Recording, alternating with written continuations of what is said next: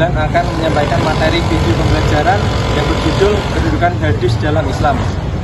Pengertian hadis menurut bahasa berasal dari kata al-jadid atau sesuatu yang baru, lawan kata dari al-qadim atau sesuatu yang lama, atau bisa disebut juga dengan al-khabar atau berita. Sedangkan menurut istilah, hadis adalah sesuatu yang disandarkan kepada Nabi Muhammad SAW, baik berupa perkataan atau qauli, baik berupa perbuatan atau fi'li, baik berupa pernyataan atau takrir dan sifat. Hadis sebagai pengat hukum, bayan al-taqid atau bisa disebut juga dengan bayan al-tahrir atau bayan al-isbat, merupakan hadis yang berfungsi untuk memperkuat dan memperkokoh pernyataan dari Al-Quran. Sehingga berdasarkan pengertian tersebut, hadis hanya seperti mengulang apa yang disebutkan dalam Al-Quran, karena fungsi dalam hal ini hanya memperkokoh dan memperkuat isi kandungan yang ada di dalam Al-Quran saja. Contoh hadis sebagai penguat hukum atau bayan al-talqid terdapat dalam hadis yang diriwayatkan oleh Muslim dari Ibnu Umar yang berbunyi, "Idza ra'aitumu fasumu wa idza ra'aitumu fa'aftiru fa in humma 'alaikum faqduru lahu." Artinya, apabila engkau melihat ru'yah bulan maka berpuasalah, dan apabila engkau melihat ru'yah itu maka berbukalah. Apabila tertutup atau karena mendung maka estimasikanlah selama 30 hari. Hadis riwayat Al-Bukhari dan Muslim. Hadis tersebut mentalkidkan ayat Al-Quran dalam surah Al-Baqarah ayat 185 yang berbunyi, "Faman syahida minkumus syahra falyasumhu." Barang siapa mempersaksikan pada waktu itu bulan, hendaklah mereka berpuasa. Hadis sebagai bayan al-tafsir atau penjelas Al-Quran.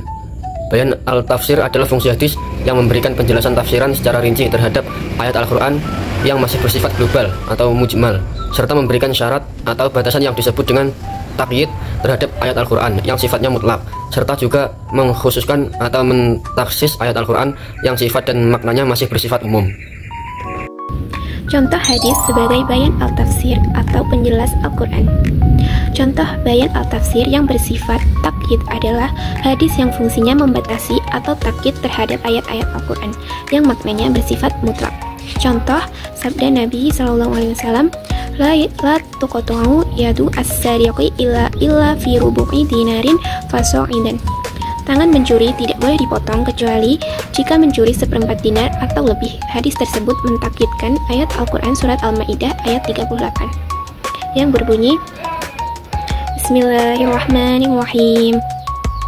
Wassariqu wassariqatu faqta'u aydiyahuma jazaa'an bima kasaba nakalam minallah. Wallahu azizun hakim. Laki-laki yang mencuri dan perempuan yang mencuri, potonglah tangan keduanya. Pada ayat ini belum ada batasan bagi seorang pencuri atau batasan hukum memotong tangan bagi seorang pencuri.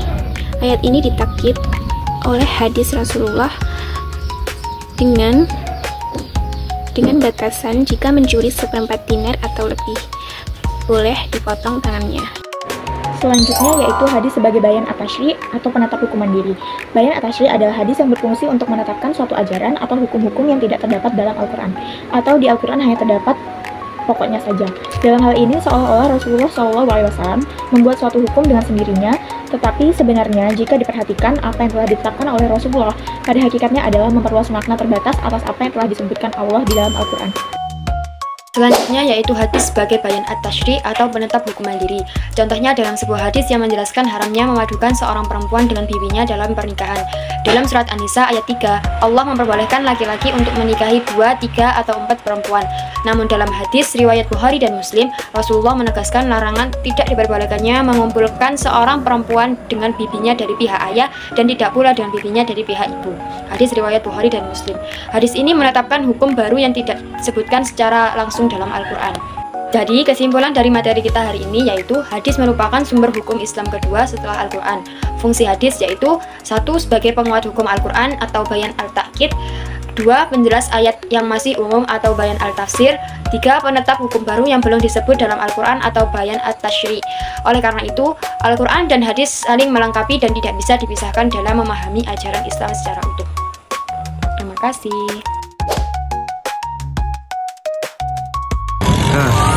Sekian video pembelajaran dari kami. Wassalamualaikum warahmatullahi wabarakatuh.